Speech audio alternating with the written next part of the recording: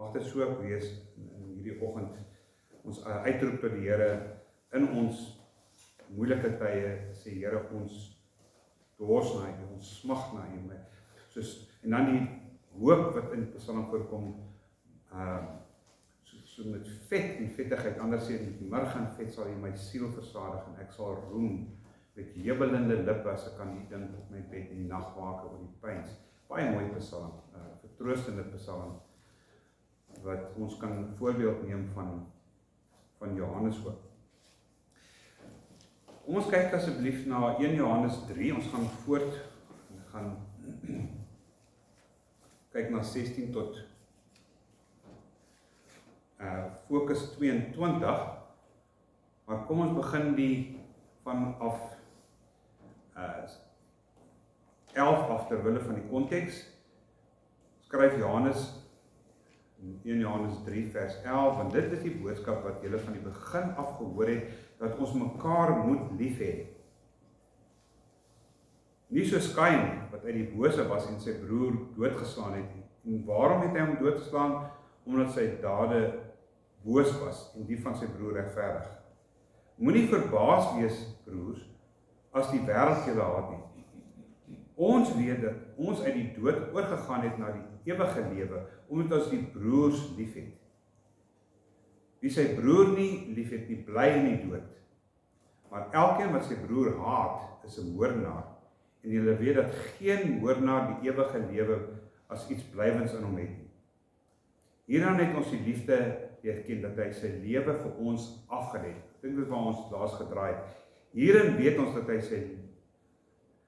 hy ons lief het, dat hy sy lewe vir ons afgelê het, en dan die tweede gedeelte van die vers gaan dan verder heg die broederliefde as voorbeelde, hoe dit moet geskied, ook ons behoort ons lewe vir ons broers af te lê.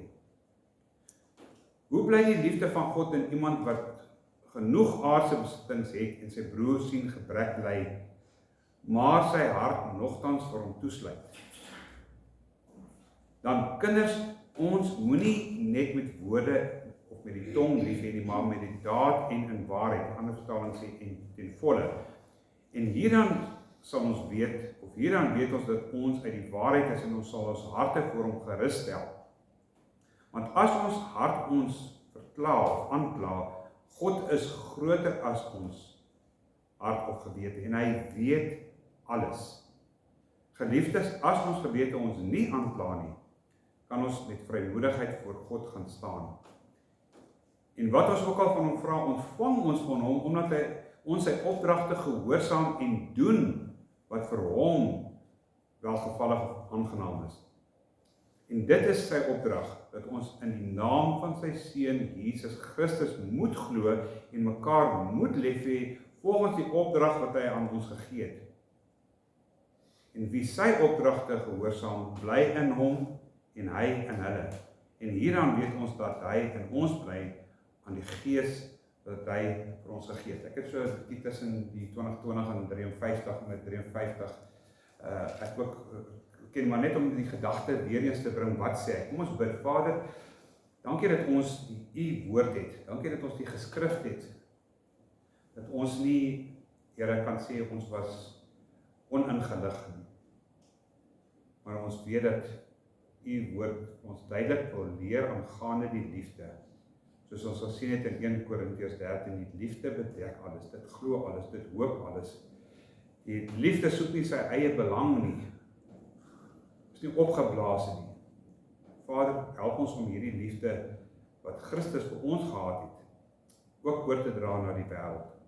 Dankie vir die Gees wat ons in staat stel, want ons het nie self die vermoë om dit reg te doen nie.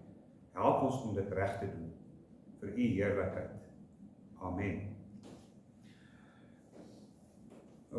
Johannes in hierdie algemene omsendbrief geskryf uit Efese, is die rede, hoekom skryf hy na 'n kerk in Efese en reg oor die wêreld, want liefde en waarheid is groot vriende, hulle word in mekaar geweef. Jy kan nie liefde en waarheid skei nie, want die idee is, I will love you with the truth. As ek iemand lief het, sal ek die persoon die waarheid vertel. Want wie sal as iemand 'n blinde man sien op 'n afgrond afstuur, sê ons dan sy gewoon is nie seermaak nie. Los hom maar net dat hy begaan. Ware liefde druk die waarheid uit en soos Dr. Einstein se kommentaar oor in Johannes sê, John warns against the doctrine of demons. It is not the same as what they have heard and seen. 1 Johannes 1 vers 1. Wat ons van die begin af gehoor het, wat ons met ons oë gesien het, wat ons aanskou het aangaande die woord van die lewe, verander nou in 'n pseudo-Christus.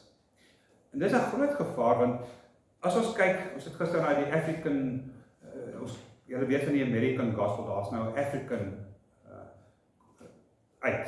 African Gospel. Wat gaan oor hoe in Afrika hierdie dinge bedryf word, wat alles aan die mense 'n pseudo, 'n ander Jesus aanbied. 'n Jesus wat ons toelaat om te doen net wat ons wil. Ons kan maar aangaan in sonde, en dit is gnostisie, dit kom van die gnostisie. As jy 'n gnostikus is, kan jy oorboord gaan in die dinge van die wêreld verheug, en dis waarom Johannes ook sê, moenie die wêreld lief hê oor dinge wat in die wêreld is, want alles wat in die wêreld is nie uit God nie. Nou, waarskynlik hy sê, in sy laaste briewe, ons moet onthou, Johannes skryf hierdie briewe na 90, na Christus, die tweede en die derde brief ook. Dit is eintlik soos 'n swanesang van Johannes. Hy gaan nie hierna weer skryf nie. Dit is asof hy vaarwel sê aan die wêreld, soos ons die wêreld ken. En hy is, as jy ken vir Johannes, hy is die apostel van liefde. Dit is hy wat aan Jesus se boesem gelê het. Dit is interessant, dit sê in Johannes 1, hy wat niemand het God ooit gesien nie, hy wat in die boesem van die Vader was, die het hom geopenbaar. Jy ken Johannes 1. Dit is vir ons duidelik sê, ons kan ook nie die Vader leer ken nie, maar hy wat in die boesem van die Vader is,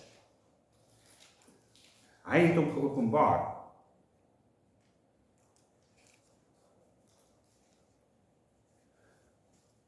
Uit die volheid het ons ontvang, sê hy, in Johannes, as jy saam wil lees, Johannes getuig oor hom en roep hem uit, en hy sê, hy is nie een van wie gesê het, hy wat na my kom is voor my, omdat hy eerste was, uit sy volheid het ons almal ontvang genade, ja op genade. 1 vers 17, want die wet is deur Moses gesê, en die genade en die waarheid het deur Jesus Christus gekom. En dan, niemand het God nog ooit gesien nie. Die enigste seun, self God, baie vertalings het nie hierdie in, self God, die enigste seun, self God. En van julle, dink die 53 praat, wat in die boesem van die Vader nie was nie, in die boesem van die Vader is, heilige teenwoordige tyd, wat in die boesem van die Vader is, het hom geopenbaar. Johannes kan hierdie dinge skryf, hoekom? Want Johannes is apostel van liefde, Johannes lê self by die nagmaal, die laaste maal lê hy met sy kop teen Jesus, sy bors het hy aangeneem. Hy wat in die boesem van Johannes is in die boesem van Jesus, hy lê teen hom aan, hy hoor Jesus se hartklop. Hy noem homself die apostel wat die Here Jesus liefgehad het, of die Here liefgehad het. En hulle sê, die kerkvader sê, toe hulle skryf oor Johannes, oor die algemene ontleding oor Johannes se karaktertipe, sy laaste woorde in sy laaste paar jaar wat hy geleef het, het hy altyd gesê, my klein kindertjies, teknia of teknio, my kindertjies. Hy, man van 95 sat op vir ander gesê, julle is allemaal my klein kindertjies. Dit is soos klein kindertjies, dit is babiekies. Wat hy nou bedoel, daar is amper soos jy moet by 'n babiekies opraak. My klein kindertjies. Julle moet mekaar lief hê. Dis sy bekende woorde. Verstaan? Hy is die een wat liefde beklemtoon, want die kerk word gebou op liefde. Het begin by die liefde van die Vader wat sy seun stuur, die seun wat sy lewe gee, having loved them until the very last, wat hy praat oor hierdie sagte teerheid, en dan praat hy nie eers van liefde vir babiekies, hy praat van volwasse liefde, van agape. Agapeios of agapao, die disipel wat selfs vir so vinnig hardloop het, dat hy spog daarmee, dat hy sê op pad na die graf toe, het hy vir Petrus verbygehardloop. So hy was 'n goeie atleet ook. So hy kon seker vandag die kameras nogal nie te sleg gevaar het nie. Want hy kom eers by die graf aan, want hy wil sien, kan die getuies, wil hy glo dat Jesus opgestaan het. En dan is hy die enigste disipel van die 12 wat nie 'n marteldood gesterf het nie, amper, maar tog nie gesterf het nie. Ek dink in sy denke, wat vir hom swaar was, het 'n groot gevaar in die kerk aangekom, wat Paulus se tyd al begin het, in Kolossense tyd beskryf, 'n valse Jesus, 'n pseudo, 'n ander Jesus. En ek kan my voorstel, alhoewel die Bybel en Jesus sê, ons moenie oor enigiets besorg of eintlik angstig wees nie, was daar 'n bekommernis in hom, ek is op pad om te sterf, en nou kom hierdie valse Jesus wat die skrifte nie van praat nie, want ons moet weet dat in die tyd toe Johannes hierdie 3 boeke skryf, wat waarskynlik die laaste boek is wat in die Bybel geskryf is, kom hierdie bedreiging wat so eg lyk. Dit lyk, hierdie gnostisisme klink so reg. Dit so baie van die godsdienste vandag, dit klink reg. As jy gaan luister na van hulle leraars en hulle preke, jy moet fyn luister. Maar dit het Jesus nie ook gewaarsku, Matteus 24, hulle sal selfs as dit moontlik is, selfs die uitverkorenes mislei. Maar dit klink so baie na die egte. En hoe weet ons weet wat is eg en wat is nie eg nie. Iets wat eg is moet getoets word omdat dit eg is. Want hoe weet jy wat is 'n zirconia, wat is 'n diamant? Jy gaan tog 'n diamant toets om te kyk. Slaan jy hom met 'n hamer, gaan hy 'n stukkie spat. Gaan hy sink in water of gaan hy dryf? Daar's maniere om 'n diamant, die ware egtheid van die evangelie te toets, maar dan moet mens eintlik professioneel na die skrif gaan kyk. Dan moet ek nie as leraar, ek moet die lei, maar ek kan nie opvoed in die skrif nie. Jy moet self die Heilige Gees gelei word in wat in die waarheid van die skrifte is. Ek moet u net herinner om te gaan kyk. Waarna moet jy gaan kyk? Gaan kyk en toets die egtheid van die geloof. Toets die egtheid van 'n boodskap wat uitgebasyn word, want baie, ons gaan kyk later in die waarskuwing van Johannes in Johannes 4 vers 1, toets die geeste of hulle uit God is, want baie valse profete. Daai toets is 'n woord, 'n metallurgiese woord wat sê dokimatsu.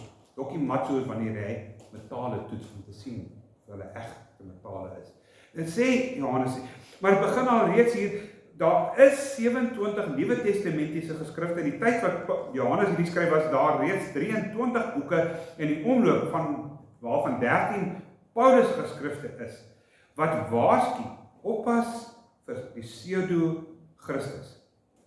Maar jy weet, ons as die mense spesies, as ek so kan sê, is nogal geneig om rebels te wees. As die Here sê links, dan sê ons nee regs. As die Here sê so doen julle, dan sê ons nee, ons sal dit so probeer. En die Here is so verdraagsaam teenoor mense. Ons het nou gepraat van die vrou in die hand, ons het gepraat van die wat is die meer veel wywerheid. Ons het gepraat oor die dood. Ons het oor mense is 'n hardnekkige spesies en God is so verdraagsaam dat hy hierdie dinge verdra. Want vers 10, ons het gesê Johannes is lief om swart en wit dualisme te gebruik. Dit is sy skryfstyl. Ons het gekyk na lewe teenoor dood.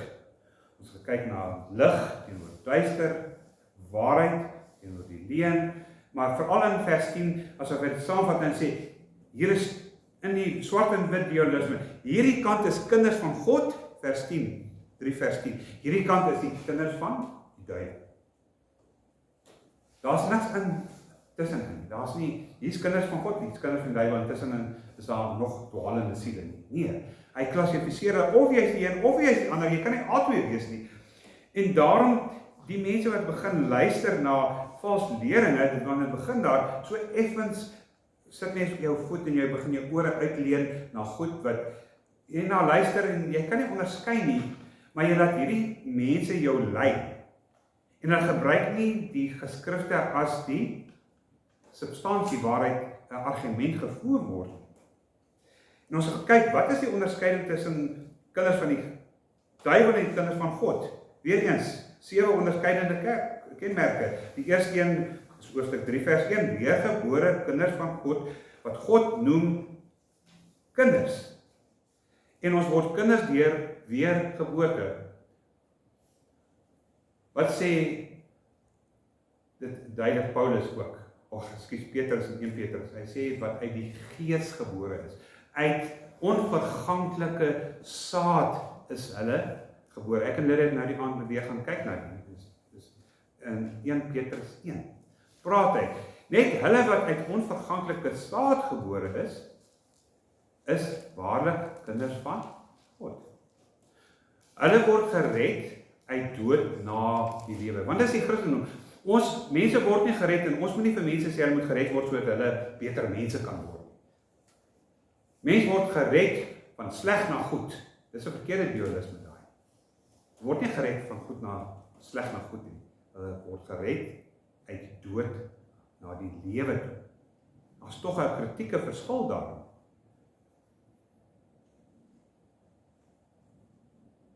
Daaruit kan hulle dan God die Vader, nie die Vader, hulle noem God Abba, want hulle is gebore uit onverganklike saad, en hulle kom uit die dood uit na die lewe toe oor.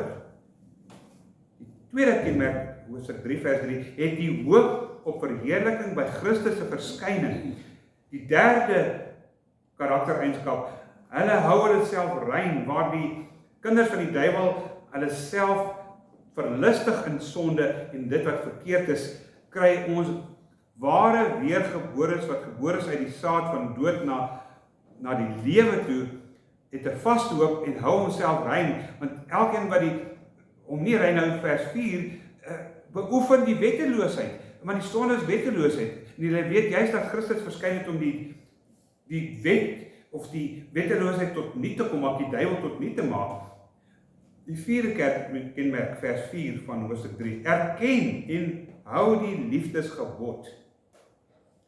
Die vyfde kenmerk, vers 7 van hoofstuk 3, hulle doen wat reg en regverdig is. Hoekom? Hulle doen dit van nature, want hulle is uit God gebore. So die Heilige Gees werk geregtigheid in ons. Ja, ons kry forensiese geregtigheid, waarin ons gesien word as God as just and justifier. Hy het ons regverdig gemaak en hy self is regverdig, hy maak ons regverdig, maar ons het hierdie geregtigheid wat deur die Heilige Gees aanhoudend in ons bewerk word. Hoe nader ons aan God kom, hoe nader ons in die lig van God kom, hoe duideliker word ons eie tekortkominge aan ons geopenbaar, om te vra dat die Heilige Gees ons sal help om weerstand te bied en hulle self rein te hou. Die 6de kenmerk, vers 8 tot 9, hulle hou op sonde doen. Hulle kan nie aanhou sondig nie. 'n Persoon wat weergebore is, tensy hy Heilige Gees weerstandig is, wat deur wie hy weergeboorte gekry het, kan nie aanhou sonde doen nie. Want dis juist 'n teken dat die persoon nie weergebore is nie. Hy het nie oorgegaan uit die dood na die lewe toe. En dan die hoofpunt van Johannes, die res van die hoofstuk wat hy van praat, hulle het hierdie medegelowiges lief. Hulle het liefde van God in hulle, vers 10 van hoofstuk 3. Daar's 'n onderskeid. Hulle wys hulle self as kinders van God. Want dieselfde kan gesê word die einde van vers 10. 'n Persoon wat nie 'n kind van die duiwel is, maar 'n kind van God, het liefde vir sy broer. Hy hoef nie aangesien te word met sy broer lief, en hy van nature het hy sy broer lief. Dis nie sy eie liefde nie, soos praat die mooi woord, die Ahava. Hy het nie van nature lief nie, maar hy doen dit oor hy dit moet doen, dat hy die Heilige Gees daardie persoon lief het. Dit word 'n praktyk wat hy beoefen. In die Griek praat ook van 'n praktyk. Hy is nie soos Kain, ons na gekyk het, want hy is vir ons die een kant die voorbeeld van die Gnostici was antichriste. Die Gnostici was broerhater, soos Kain 'n broerhater was. Hy het sy broer gehaat, het hom doodgeslaan. Nog voor hy vir Abel doodgeslaan het, was hy al reeds geklassifiseer as 'n moordenaar. Want Jesus sê duidelik vir ons, as jy jou broer haat, is jy 'n moordenaar.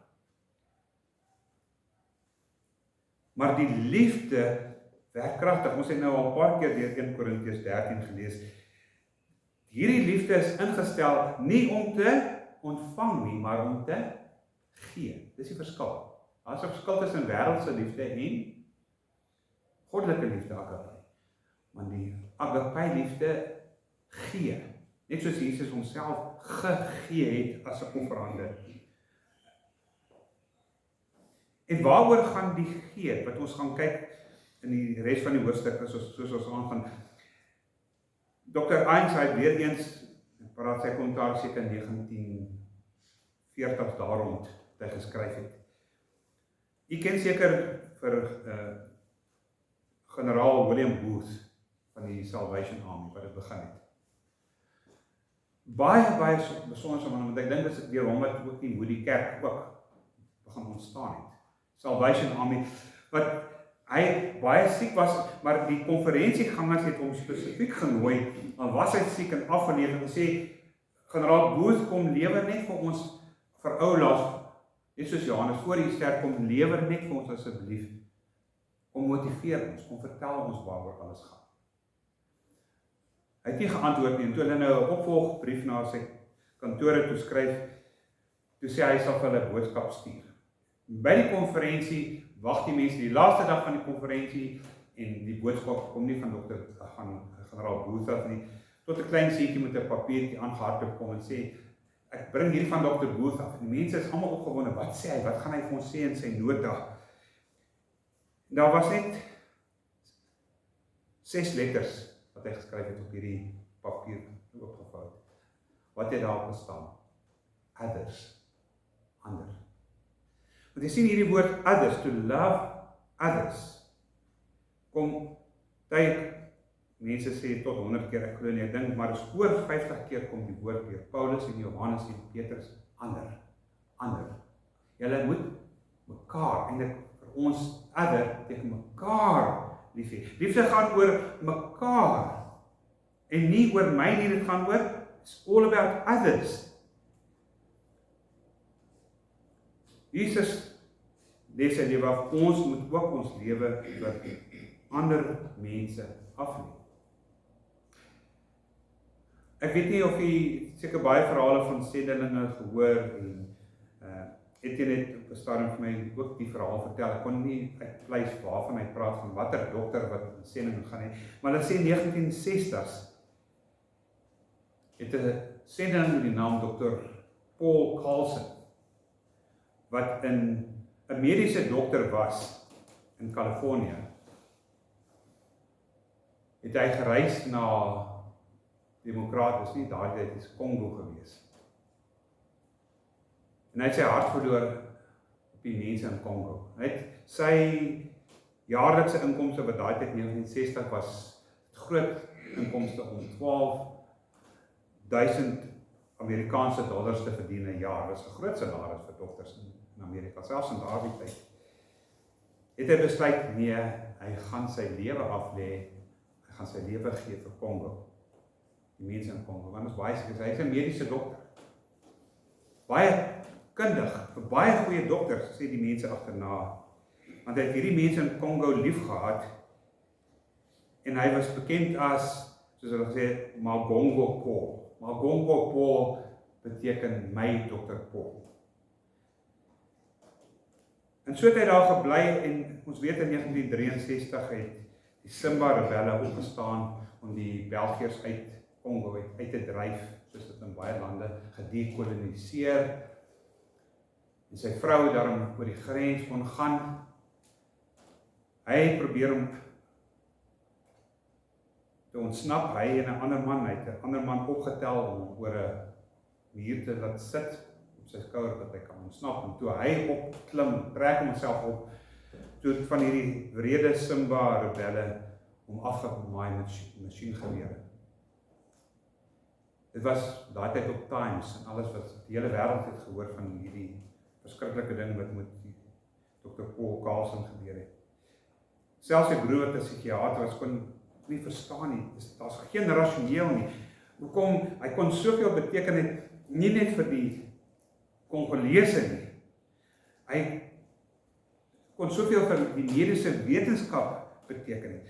Waarom is hy op so 'n manier dood? Wat 'n verlies. En so het Etienne ook al vir my vertel. Hy sê, maar die groot punt is hier is, die feit is dat Dr. Paul, die dag toe hy sy lewe aan die Here Jesus toegewy het vir diens, het hy verklaar, ek is bereid om te sterf. Ek is bereid om my lewe te gee. Hy het toe alreeds gesterf. En Etienne het vir my gesê, hy sien homself amper soos hy. Hy is 'n apteker van aard, hy kry baie geld, hy was in Namibië baie geld gemaak, tog het die Here hom gesê, lê jou lewe af van China toe. Want om jou lewe af te lê, Jesus sê, daar is geen groter liefde as 'n mens wat sy lewe vir sy broers aflê nie. Vir hulle, wie jy wil wen en oortrek na die koninkryk. Sy lewe behoort nie meer aan ons nie. Die oomblik as ons lewe gee aan Christus, behoort ons nie meer aan onsself nie. Sê ons eintlik, Here, ons is bereid om te sterf vir U naam. Ons sal lewe en ons sal sterf vir U naam. Soos hy sê in 1 Johannes 3 vers 16, ons behoort ook ons lewe af te lê vir ons broers en ons susters, vir hulle wat inkom. Liefde laat ons lewens af lê om sy koninkryks onthaalwe. En in vers 17 kry ons, maar hoe? Vers 17, 'n ander gedeelte wat die praktyk van liefde uitspel, 'n kenmerk van kinders van God teenoor die kinders van die duiwel. Wat is die verskil? Kinders van God, kinders van die duiwel. Is kinders van God is sensitief vir die nood van die wêreld.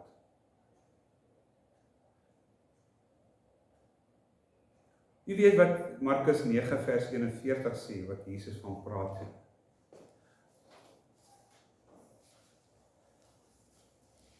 Dis 'n belofte wat die Here Jesus gemaak het.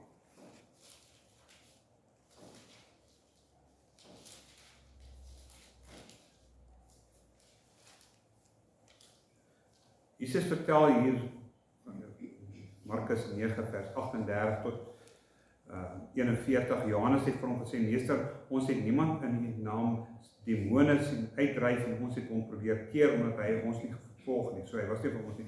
Maar Jesus sê, moet hom nie keer nie, want niemand wat in my naam 'n kragtige daad doen, kan net daarna sleg van my praat nie. Want wie nie teen ons is nie, is vir ons.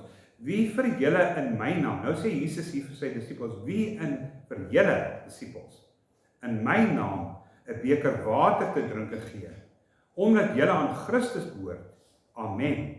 Ek sê vir julle, hy sal of sy sal beslis nie sy bedoeling verbeur nie.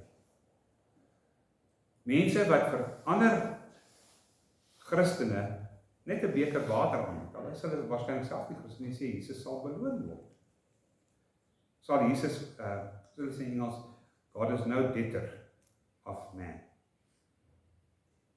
Die Engels ESV sê, will by no means lose his or her reward.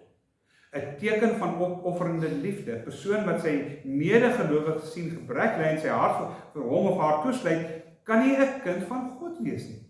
Klassifiseer nie in hulle harte, want hulle harte is soos die van Kain. Kain was sy broer doodgeslaan. Koudheid en die kalheid en die hardheid. Want so 'n persoon die interessant, die woord wat hy gebruik, hart, wat sy hart vir hom toesluit, is nie die woord hart of cardia, dit is die splanknon. So die persoon, as hy kyk na 'n broer in nood, moet dit kom van die woord spleen, af die milt, sy milt in beweging bring van jammerte en emosie oor hierdie broer of suster swaar kry en nie sy hart toesluit vir hom nie. Ons later kry ons, as hy verder praat, as julle ons harte ons nie veroordeel nie, dan het ons vrymoedigheid teenoor God. Maar hy sê, eers moet dit 'n teken wees dat ons weergebore is, kinders van God is, wat God ons sy kinders noem, ons noem hom Vader, sal sensitief wees vir die nood van ander.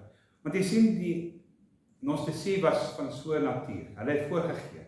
Hulle was great pretenders.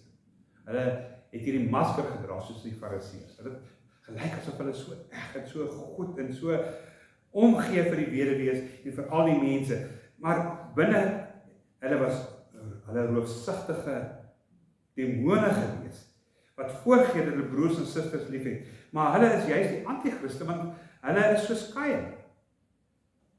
Jy sien, baie mense sal die verskoning gebruik, hierdie broer of suster of hierdie persoon kry swaar, maar wat is sy verskoning? Jy sien, eerste ding wat die mense in die voorspoed teoloog sal sê, hy het nie genoeg geloof in God nie. Dis hoekom hy swaar met hom gaan. Dis hoekom hy so swaar kry, want hy is nie op ons standaard van geloof nie, of dis sy eie, of haar eie skuld dat sy in hierdie situasie, sy het geweet dit gaan gebeur, sy moes voorsiening gemaak het, so, dis ons verskoning, maar op die ou kyk die Here na ons, en hy kyk na ons verskonings, en sê, jy het nie 'n verskoning nie. Want God het in Jesus arm vir ons geword, sodat ons kan oorvloed, sy oorvloed hê. En in die konteks van Johannes moet ons dit verstaan ook, die Romeinse regering was bekend, they call them widowmakers. Hulle het weduwees gemaak. Want gewoonlik is die mans vervolg en doodgemaak. Vervolg deur die Romeinse regering, vervolg deur Domitianus, vervolg deur Nero. Hulle het weduwees gemaak by duisende, nou kom hierdie arme weduwees by hierdie kerke en die Gnostici sê, nee, daar's dit fout met julle man, kom met ons vir julle sorg, dis nie ons probleem nie. Julle het ons familie, dat julle familie vir julle sorg. Maar hulle eie familie draai teen hulle, wil niks van hulle te doen hê nie, want hulle wil nie vir die keiser aanstoot gee nie. So jy gaan nie die arm Christen weduwees versorg nie, dis hulle probleem. Hulle eie familie moet vir hulle sorg.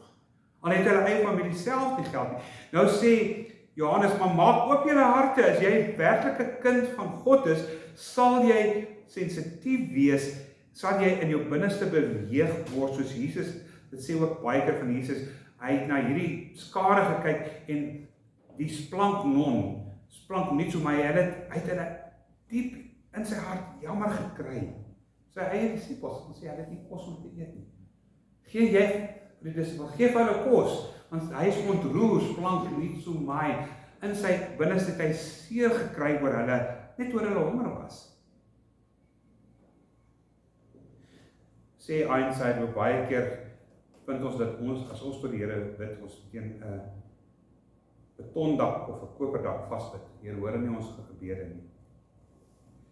Kry ons nie alreeds die waarskuwing in Jakobus 2 vers 16. Gevaarlik om onsself te noem kinders van die Here.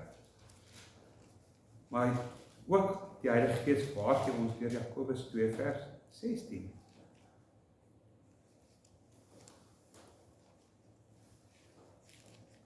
As 'n broer of 2:15 in Jakobus, as 'n broer of 'n suster sonder klere en daaglikse kos is, en een van julle, wat hier sê julle is deel van hierdie kerk, sê vir hulle, gaan in vrede, word warm en word versadig, maar julle gee nie vir hulle wat die liggaam nodig het nie, wat help dit?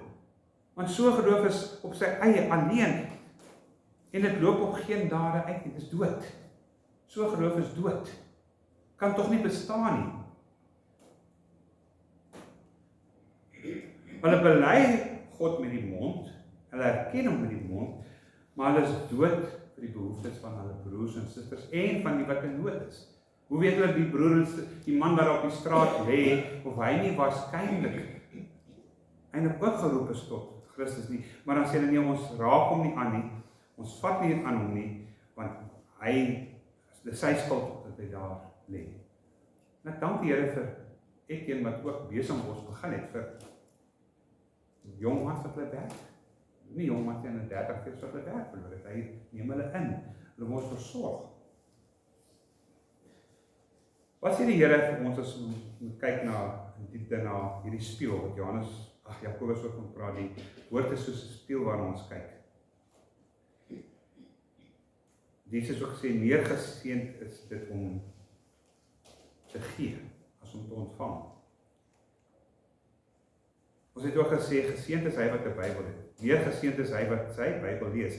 Uiters geseënd is een wat ook die skrifte uitvoer, om soos Jesus alles uit te voer. Want dit begin by die liefde van God. Hierdie persoon wat volgens Matteus 13 hierdie skat raakloop, hy gooi die skat toe, gaan huis toe, verkoop alles wat hy het om hierdie skat, die koninkryk en die skat binne in Christus te verkry. Dit begin daar, van daar af die weergeboorte. Dis kinders wat God emileer van ware liefde.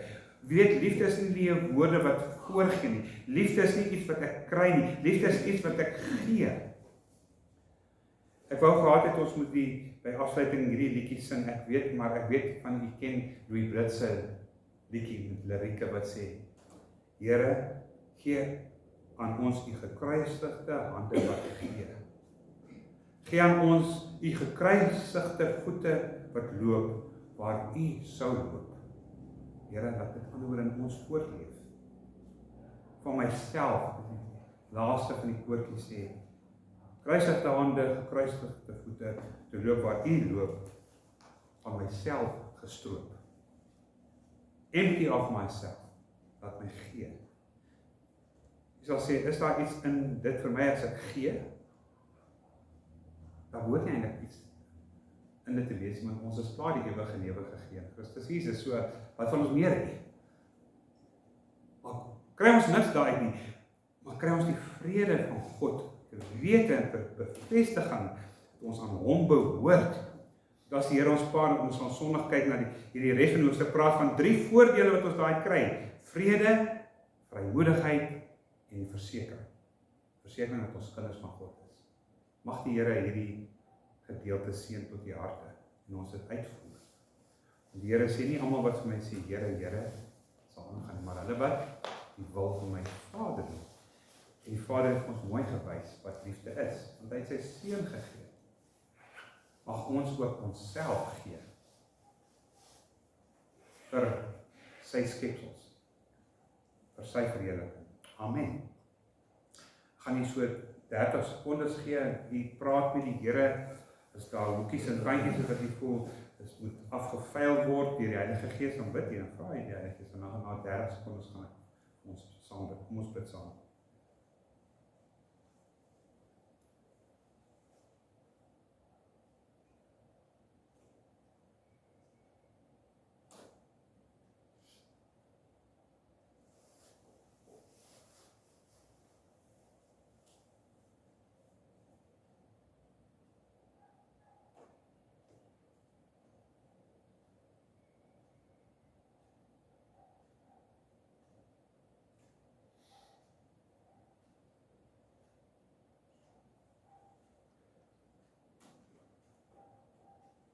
Vader, dankie dat u woord met ons praat.